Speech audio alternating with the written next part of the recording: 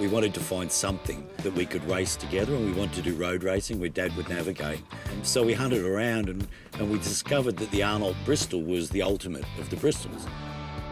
We found that there was somebody in Sydney had bought this car as a complete wreck out of the States. It came off the road in 1963 because somebody tried to turn it into a hot rod. They got halfway through it and then it just sat in a barn in the back of Texas. We pushed it up onto the trailer and we've still got a photograph of the two of us sitting in it, sitting on the floor in this rusted hulk of a car.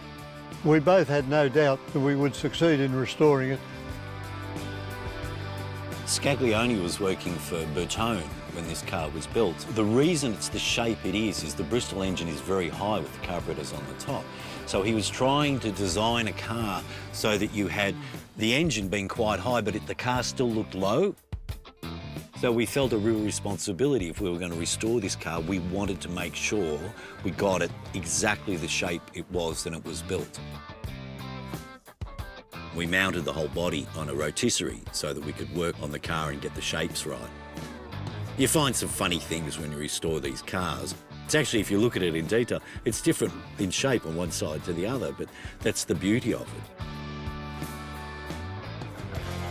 The good news about restoring the car was 95% of the parts came with the car, but the car itself was not original, and you had the mudguards modified from there down, which meant that they had to be cut off at that point, and the shape recreated all the way down from here back to here.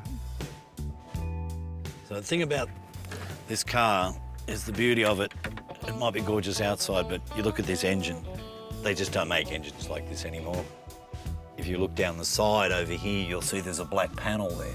That's actually where the camshaft is. And then the push rods run up, and they run up inside, and they get to this side here where the rocker is. And then you can see there's little tubes that run across here, across to this side where the other rocker is. You actually get the same breathing that you do out of a twin cam, but it's actually a twin rocker. This is what's called an ENOTS one-shot lubrication system. So what you're supposed to do, you actually have 4 pedals in the car. There's an extra pedal, and what it does is it primes these little copper tubes that run through to all the front suspension and the kingpins in the front, and it actually lubricates them. And I remember taking it through the scrutineering at one point when we were racing, and when he said, "You have a pedal that squirts oil out of the bottom of the car?"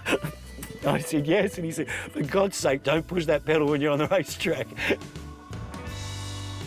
The instrument panel, of course, is very simple. We've got the original Jaeger and Smith's instruments across it. You've got the choke here, you've got the hand throttle there, you've got advance and retard there, and it is basically Bristol-type instrumentation across the dashboard.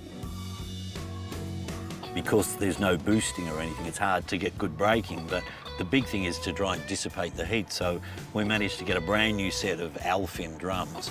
So they have like a steel inner band, and then they have these fins that run around the outside, and the fins allow the heat to dissipate out. Otherwise you get this problem once you've done a bit of racing or hard driving in it, the brakes just start to fade and fade.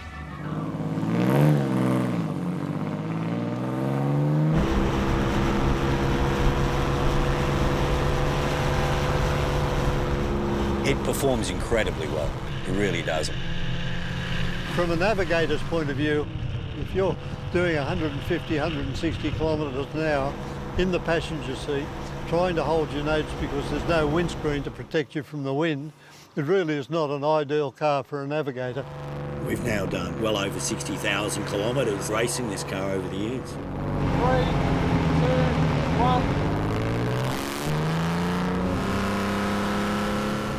We went to Classic Adelaide. We'd race all day and had a ball and came back, and then we saw everybody else had all their cars pulled apart in this big garage. They've got the wheels off and they've got engines out.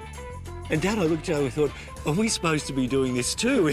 The only things we ever checked was we just went through, oh, how's the water and how's the oil? And it never, ever let us down once in all the thousands of kilometres we've raced. In the end, we just sort of packed the car up and went and had a drink while everybody worked all night on their cars.